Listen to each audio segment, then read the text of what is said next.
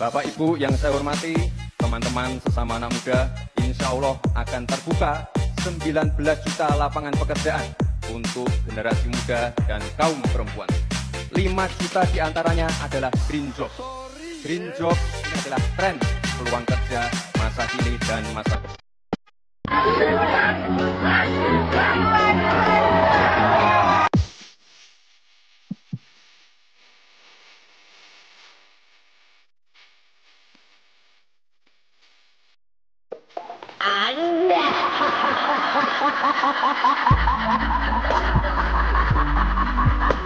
Merinding. Lihat dukungan karyawan Sritex untuk Gibran. 1 dibuka, 2 gemoy dicoblos, 3 ditutup, gitu baru jos gandos. Oke Bapak Gemoy dan Mas Samsul kasih paham jogannya. Gas. Sorry ya. Sing luwih ngenes soal janjine Gibran 19 juta lapangan pekerjaan. Di tempatku ada 8.000 lebih PHK, Kang. Goleki Gibran. Goleki Gibran. Ayo Bran. Gibran goleki Gibran. Bran metu Bran. Piye Gibran? Janjimu ndi Bran? Pira Mbak? 19 juta lapangan pekerjaan. Ya. Bran.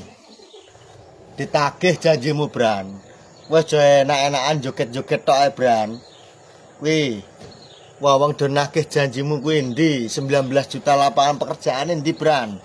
Ayo kowe wis digaji negara. Ayo fasilitasi negara saiki ndang, saiki buktekno Bran. Aja arep-arep nyalon tahun 2029 Bran. Lek kowe ora iso nepati janjimu Bran. Aja arep-arep nyalon presiden Bran. Tenan. Lek janji-janji ra iso mbuktekne wis tidak semudah itu Bran pokoke. Arep nyalon neh lek kowe gak iso mbuktekne janji-janjimu politikmu, jangan harap arep nyalonnya Bran. Ayo Gibran metu Gibran.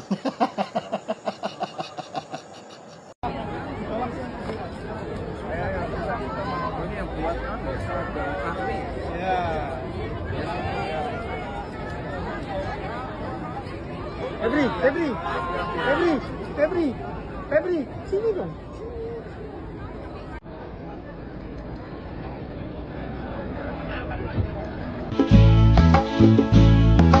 Kamu siapa?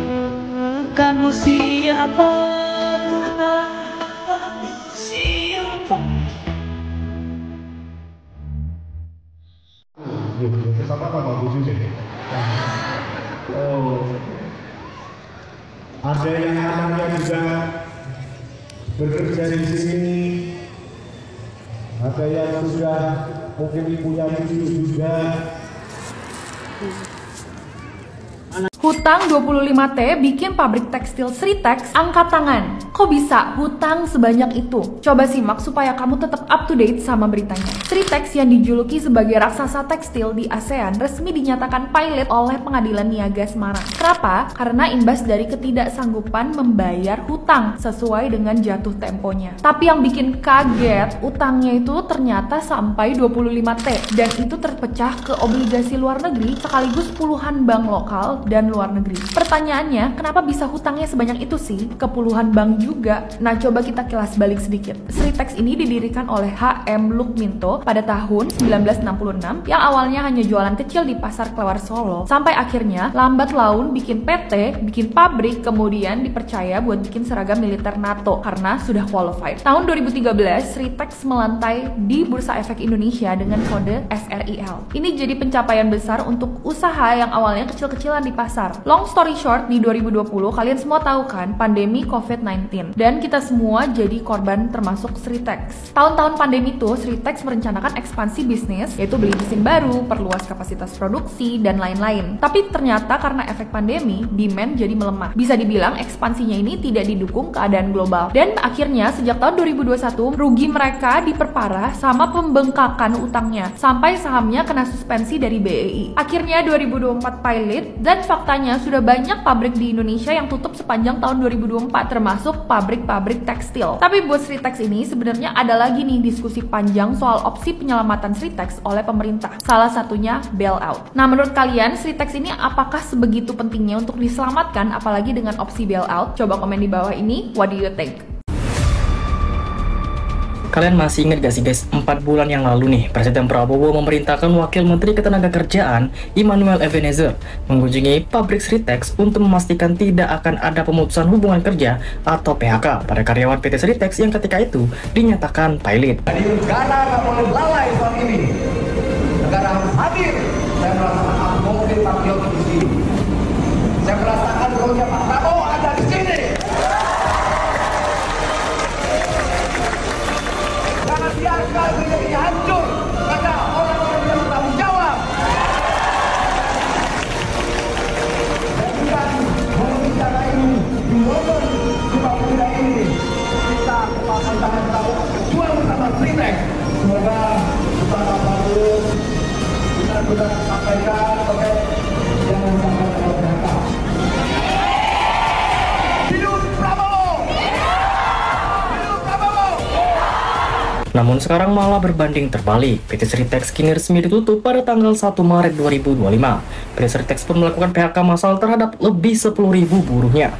Waduh, padahal baru juga masuk awal bulan puasa ya, malah ada musibah seperti ini untuk para karyawan PT Sritex. Wah, semoga pemerintah mencari jalan terbaik bagi para karyawan PT Sritex yang harus dirumahkan. Ini nih, kalian mau ditolongin lagi sama pemerintah Konoha. Bang Emas, apa yang digembor-gemborin? Buka 800.000 lapangan pekerjaan. Beda hari lagi, statementnya nambah gede. Jadi 1,8 juta lapangan pekerjaan. Dulu, Amerika dalam sejarahnya, emas-emas rakyatnya pernah dirampok pakai model kayak gini. Mereka bilang, biar aman, emasnya kita simpenin aja. Nah, pas udah pada simpenin, mereka mulai nggak bisa ambil emasnya. Malah diganti sama uang fiat. Alasannya, biar mudah dibawa-bawanya. Awalnya, setiap uang fiat yang dicetak itu punya underlying emas. Sampai lama-lama emas itu hilang. Nah, ini sejarah asal-muasal uang fiat yang kita pakai sekarang ini. Jangan-jangan nih, nanti emas kalian ditukar sama uang digital. Dengan alasan biar lebih mudah makainya, lebih secure. Karena pakai teknologi Web3, blockchain, dan lain-lain. Sebenarnya idenya cukup brilian buat pemerintah cari cuan ekstra. Cuman kalau regulatornya bener, emasnya bener-bener dijaga dan gak hilang. Tapi yang namanya Konoha, kalau urusan sama kasus uang gede, bertriliun-triliun, pasti dijamin nguap begitu aja. Pemerintah amnesia seketika sama kasusnya. Gimana menurut kalian? Tugas negara itu bukan ngasih makan anak. Tugas negara itu ngasih kerja pada bapaknya. Anaknya ya diurus bapaknya. Ngapain negara ngurus? Negara itu menyediakan lapangan kerja. Bapaknya punya gaji, ngasih makan anaknya bergizi. Begitu konsepnya. Bagaimana anak dikasih makan dari APBN, sementara ayahnya dibiarkan tidak punya pekerjaan.